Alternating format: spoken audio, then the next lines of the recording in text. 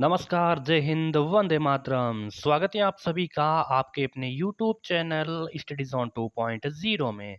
बहुत सारी डिमांड के बाद आपके सामने गणित और रीजनिंग की क्लास हाजिर है आर्मी जीडी एग्जाम के लिए। बिल्कुल साथियों, आज की जो सीरीज रहने वाली है 15 इंपोर्टेंट प्रश्न हैं वो गणित के रहने वाले हैं, 5 मोस्ट इंपोर्टेंट प्रश्न हैं वो रीजनिंग के रहने वाले हैं। अगर आपने अपना इस वीडियो पर अपना अच्छा रिस्पॉन्स दिखाया तो मैं अगला वीडियो लाने की कोशिश करूंगा आपके लिए। अगर आपका इस वीडियो में अच्छा रिस्पॉन्स नहीं आया तो हो सकता है आपके जीके की क्लास ही रेगुलर बेसिस के आधार पर चलेगी। तो इस चैनल को क्या करना है, आपको सब्सक्राइब करना है, इसको वीडियो को क्या करना है, लाइक करना है। ठीक है, देखते हैं इस वीडियो पर कितने व्यूज आते हैं, उसके हिसाब से आपको अगली क्लास आपकी क्लास मिलेगी। ठीक है, तो चलिए क्लास की शुरुआत करते हैं। पहला क्वेश्चन है कि एक गोले की त्रिज्या है वो 7 सेंटीमीटर है। ठीक है, यहाँ पे आर कितना है, 7 सेंटीमीटर है। तो पूछा क्या है, पूछा है कि पृष्ठीय क्षेत्रफल ज्ञात करो।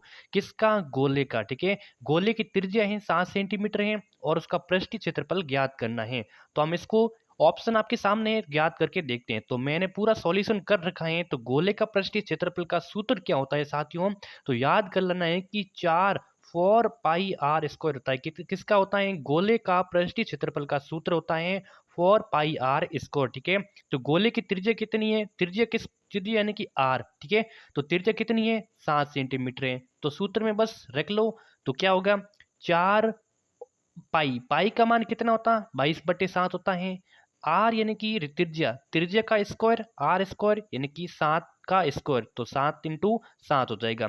तो कैसे होगा, 7 से 7 कट जाएंगे, फिर 4 को 22 से गुणा करो, 88, फिर 88 को यहाँ पे 7 से मल्टीप्लाई करो, तो क्या कितना आंसर आया है, 616 सेंटीमीटर स्क्वायर। ठीक है, 616 सेंटीमीटर स्क्वायर, जो कि ऑप्शन कौन से, सी में यहाँ पे दर्शा रहा है। ठीक है, अगला क्वेश्चन, अगला है कि राम एक काम को 10 दिन में करता है। ठीक है, मोहन एक काम को उसी काम को 15 दिन में करता है।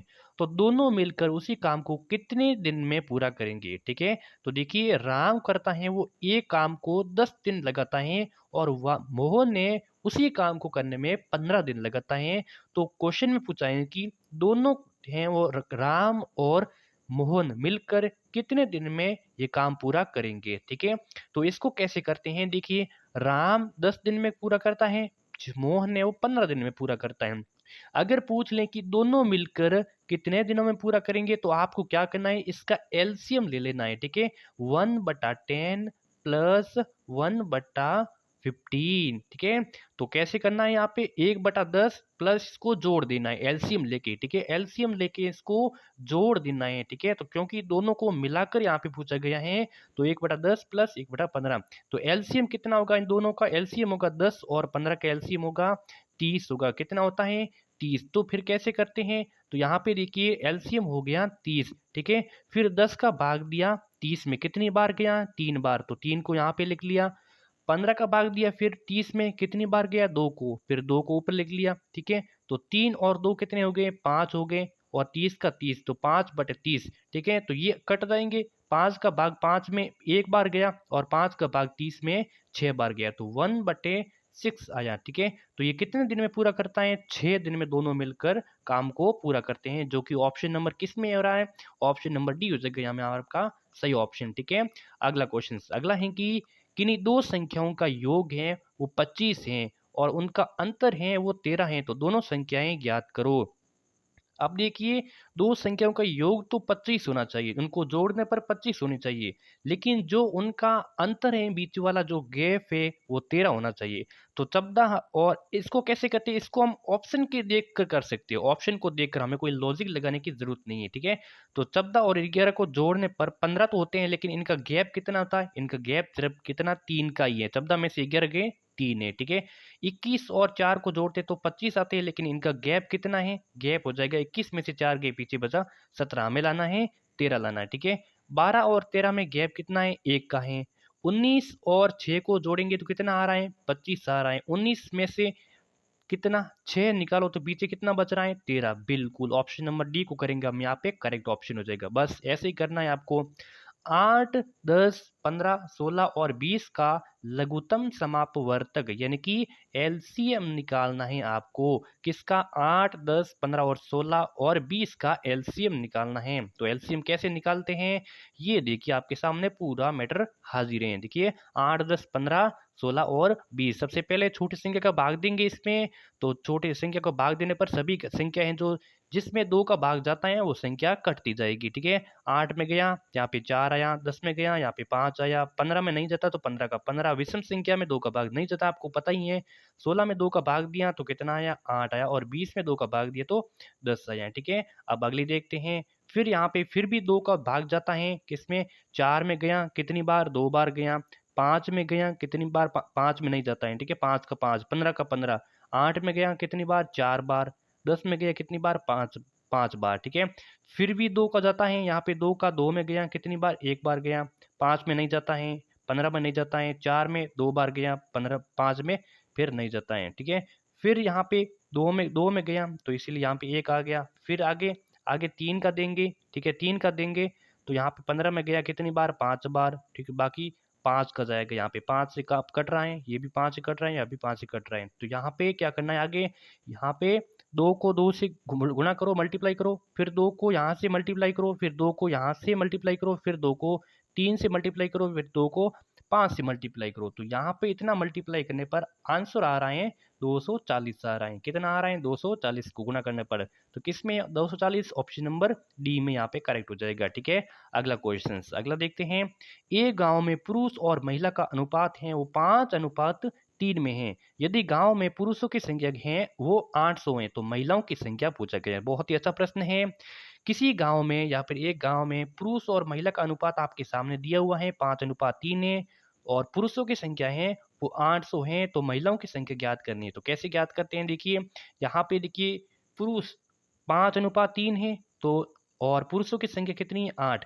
तो देखते हैं 5 अनुपात है वो 800 के बराबर है। तो 1 अनुपात है वो किसके बराबर हो जाएगा? तो देखते हैं इसको कैसे करना है। तो इसको भाग दे देना है सिंपल सा। 800 में 5 का भाग दिया तो 1 अनुपात के बराबर निकल के आ जाएगा। तो 1 अनुपात के बराबर 160 आया। और ठीक है, और महिला का ज्ञात करना है हमें। तो महिला का अनुपात है 3। 1 का हो गया 160 तो 3 का हो गया कितना हो जाएगा? तो आप लॉजिक लगा सकते हो। इसको मल्टीप्लाई करना है, 160 से 3 से मल्टीप्लाई करना है तो 480 आ रहे हैं। तो महिलाओं की संख्या कितनी है? 480 है। तो कौन से ऑप्शन में है? तो ऑप्शन नंबर सी में है 480। अगर ऐसा पूछ लें कि पुरुष और महिलाओं की दोनों की संख्या कितनी है तो 480 और 800 को क्या करना है? इसको ऐड कर देना, जोड़ देना है। ठीक है, अगला क्वेश्चन से अगला है कि 3500 में छोटी से छोटी कौन सी संख्या जोड़ी जाए जिससे ये पूर्ण वर्ग बन जाए? बताइए 3500 में छोटी से छोटी कौन सी संख्या जोड़ी जाए जो जिससे पूर्ण वर्ग बन जाता है? तो आपको कैसे करना है? आपको सभी संख्या को जोड़ना है। ऐसे तो आपको समय बर्बाद हो जाएगा। ठीक है, एग्जाम में तो आपको क्या करना है? तो आपको एक लॉजिक लगाना है। तो कि लॉजिक ये है कि मैं क्या इसको 100 को ऐड करता हूँ तो हो जाता है 3600। 3600 36 किसका होता है? 36 होता है 6 का। ठीक है, 6 का 36 होगा तो 3600 तो किसी का वर्गमूल होगा ना। ठीक है, वर्गमूल होगा ना। तो किसका होगा? तो ये होगा 6। किसका होगा? 600 का होगा। किसका? 600 का। तो 3600 पूरा का पूरा एक वर्गमूल है। ठीक है, वर्गमूल है। तो क्या होगा ऑप्शन नंबर यहाँ पे? ऑप्शन नंबर सी यानी कि 100 हो जाएगा। तो आप 3600 को वर्गमूल देखकर देख लोगे तो किसका किसका आएगा? तो ये 60 आएगा। ठीक है, 60 आएगा। यहाँ पे 600 मैंने बता दिया, 60 आएगा। तो 100 ऑप्शन सही हो जाएगा।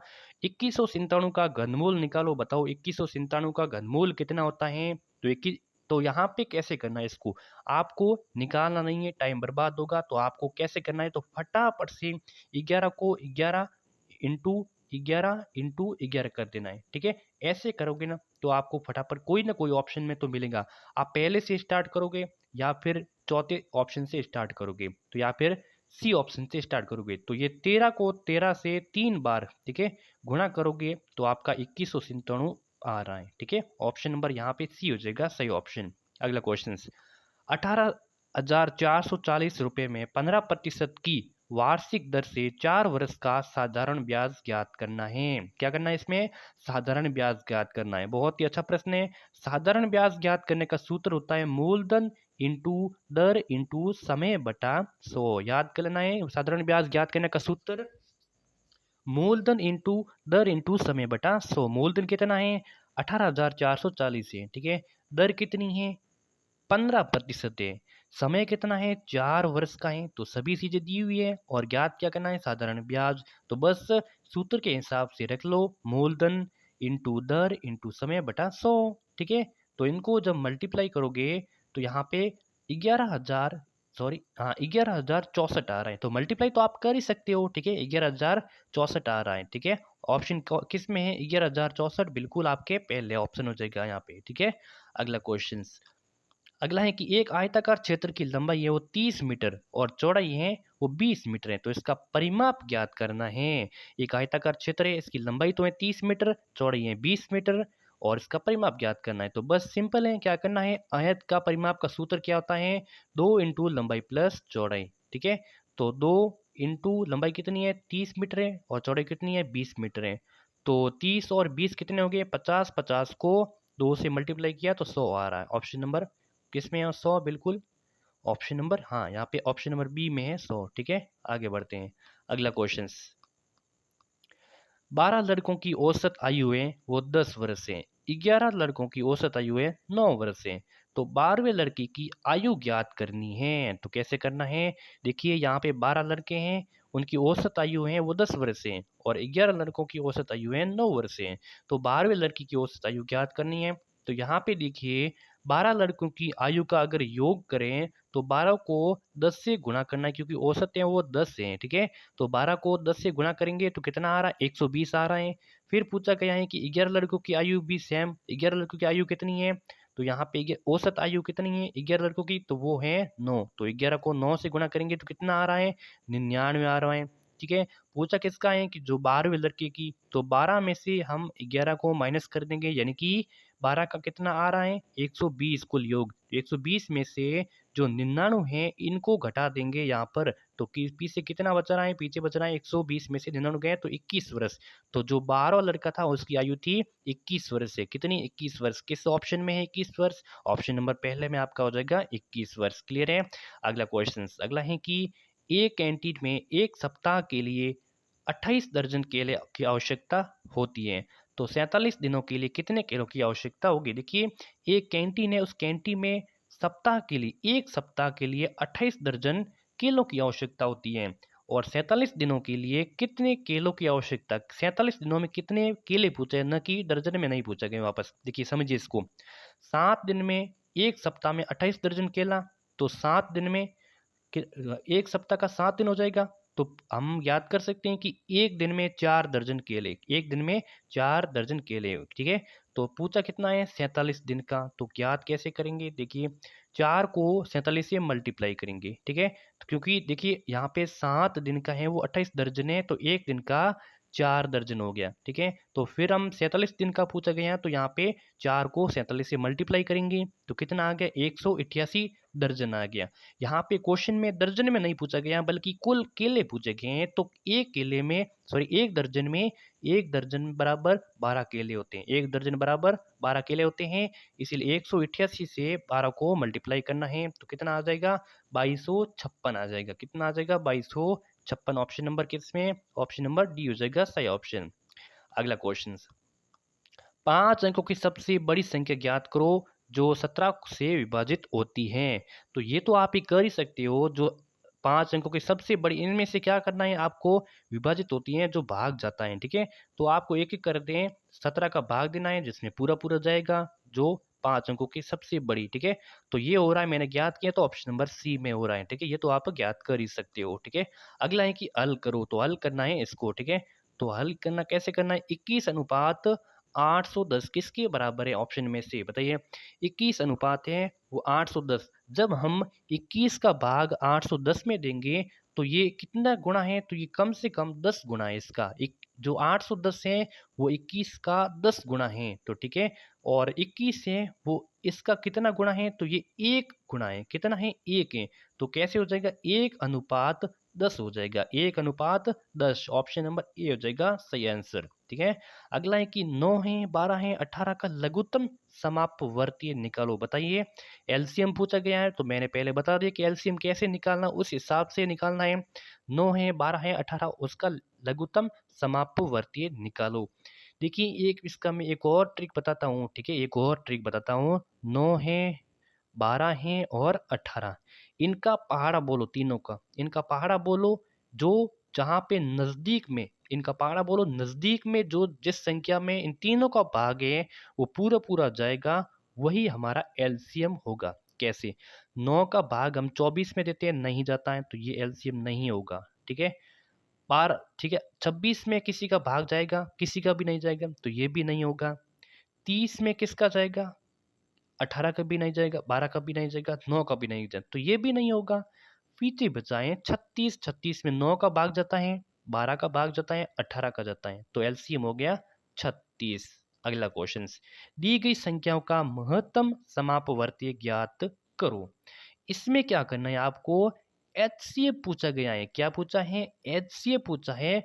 जो छोटी से छोटी संख्या है वो ज्ञात करनी है आपको, तो इसका एचसीएफ क्या होगा वो आपको बताना है। ठीक है, 12 है, 15 है, 18 है, 21 है, तो यहाँ पे ऐसी संख्या जिसका 8 का भाग 12 में भी जाना चाहिए, 8 का भाग 15 में भी जाना चाहिए, 8 का भाग 18 में भी जाना चाहिए, 8 का भाग 21 में भी जाना चाहिए, तभी जाके वो संख्या है वो एचसीएफ होगी। तो 18 का भाग 8 का भाग यहाँ पे किसी में भी नहीं जा रहा है, तो 8 होगा ही नहीं।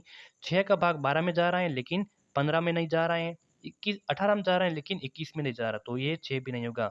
12 है, 21 में भाग 21 में 12 का भाग नहीं जा रहे हैं। ठीक है, तो 12 भी नहीं होगा। ठीक है, 3 बचा है, 3 का भाग 12 में भी जाता है, 3 का भाग 15 में भी जाता है, 3 का भाग 18 में भी जाता है और 3 का भाग 21 में भी जाता है, तो एचसीएफ हो गया 3। क्या? 3। ऑप्शन नंबर डी करेक्ट हो जाएगा। अगला क्वेश्चन तर्क शक्ति रीजनिंग के क्वेश्चन हैं। इसमें क्या करना है आपको? 1 है, 9 है, 25 है, 49 है, खाली जगह 121। एक का स्कोर क्या होता है? 1 होता है। 9 किसका स्कोर है? 3 का है। 25 किसका है? 5 का है। 49 किसका है? 7 का है। तो विषम संख्या आ रही है ना, 1 से 3, 3 से 5, 5 से 7, 7 से 9 हो जाएगी। अगली कौन सी? 9। तो 9 का स्कोर क्या होता है? 9 का स्कोर होता है 81। सी आंसर करेक्ट हो जाएगा।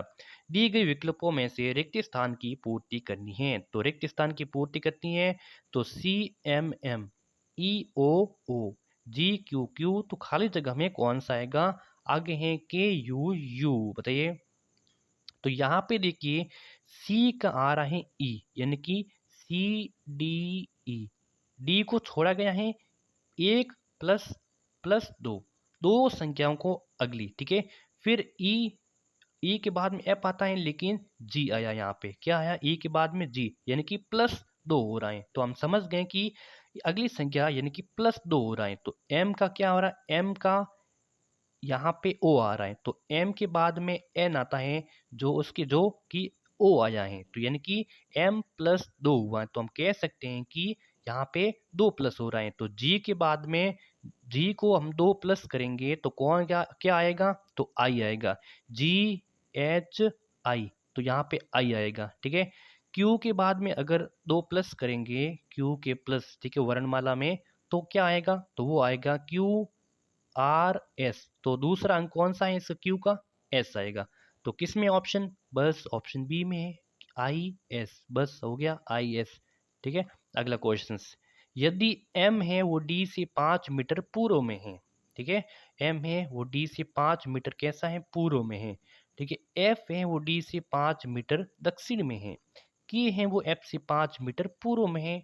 तो K का परस्पर M दिशा में, देखिए इसको कैसे ज्ञात करते हैं, इसको देखिए। ठीक है, यहाँ पे M है वो D से 5 मीटर पूर्व है। ठीक है, M है वो D से 5 मीटर पूर्व में, तो मैं कह सकता हूँ D यहाँ पे है और यहाँ पे है M। ठीक है, 5 मीटर पूर्व में, M पूर्व में आ गया। ठीक है, अब F है वो D से 5 मीटर दक्षिण में, F है वो D से, F यहाँ पे D से 5 मीटर दक्षिण में। ठीक है, K है वो F से 5 मीटर पूर्व में, ये 5 मीटर पूर्व में चला गया, कौन? K चला गया। ठीक है, तो के परस्पर एम की दिशा, तो एम है वो किस तरफ है, तो एम ये उत्तर की तरफ है। कहाँ की, उत्तर की तरफ से, तो ऑप्शन नंबर सी हो जाएगा सही आंसर। तो एम पूछा गया है, एम में वो के की परस्पर किस दिशा में होगा, तो उत्तर की दिशा में होगा। बस सिंपल है, ज़्यादा कुछ नहीं है इसमें। ये मैंने डायग्राम बना रखा है, ठीक है। यहाँ पे एम, फिर डी, एफ, फिर के, ठीक है। और ये कैसे हो गया, ये हो गया ये वाली सीमा, ठीक है, देखा। तो उत्तर की तरफ है। अगला क्वेश्चन, अगला है कि पी है वो क्यू का भाई है, आर है वो क्यू की पुत्री है, एस है वो पी की बहन है, क्यू है एस की बहन है, तो टी आर का भाई है, टी का मामा कौन हुआ। देखिए कैसे ज्ञात करते हैं। पी है वो क्यू का भाई है, तो पी है वो क्यू का भाई है, तो पी प्लस क्यू का भाई है। देखिए पुरुष के लिए प्लस का यूज करते हैं, ठीक है, और महिला के लिए माइनस का यूज करते हैं, ठीक है। पी है वो क्यू का क्या है, भाई है, तो क्यू में पता नहीं कौन है। आर है वो क्यू की पुत्री है, आर है वो क्यू की पुत्री है, आर माइनस कर देता हूँ, पुत्री है, ठीक है। एस है वो पी की बहन है, एस है वो पी की बहन है, तो यहाँ पे एस और है वो पी की क्या है, बहन है, ठीक है। क्यू है वो एस की बहन है, क्यू है वो एस की बहन है, बिल्कुल। तो ये कौन हो गई, ये महिला हो गई, ठीक है। तो क्यू है वो एस की इसकी बहन है, तो इसकी कौन है, ये तीनों आपस में क्या हो गए, तीनों आपस में भाई बहन हो गए, ठीक है। तो टी आर का भाई है, तो टी है वो आर का भाई है। अच्छा एक और, टी है वो आर का भाई है, तो क्यू का आर भी पुत्री होगी और टी हो गया पुत्र हो गया। तो टी का मामा कौन हुआ, तो टी का मामा हुआ पी। तो क्यों पी हुआ, क्योंकि ये इसका भाई है, तो पी हो गया। ऑप्शन नंबर डी सही हो जाएगा, ठीक है। आज का अंतिम सवाल, ये देख लो आपके सामने डायग्राम बना हुआ है, तो आप देख सकते हैं, ठीक है। यदि बीते हुए परसों को मंगलवार था तो आने वाले परसों को क्या दिन था। कैसे ज्ञात करना, देखिए बीते हुए परसों को मंगलवार था, तो आज क्या हुआ, तो आज हुआ गुरु। तो आने वाले परसों को क्या बार होगा, तो आने वाले परसों को शनिवार होगा। ऑप्शन नंबर किस में है, शनिवार होगा, ऑप्शन नंबर ए में है, ठीक है। तो बस इतना ही इम्पोर्टेंट था।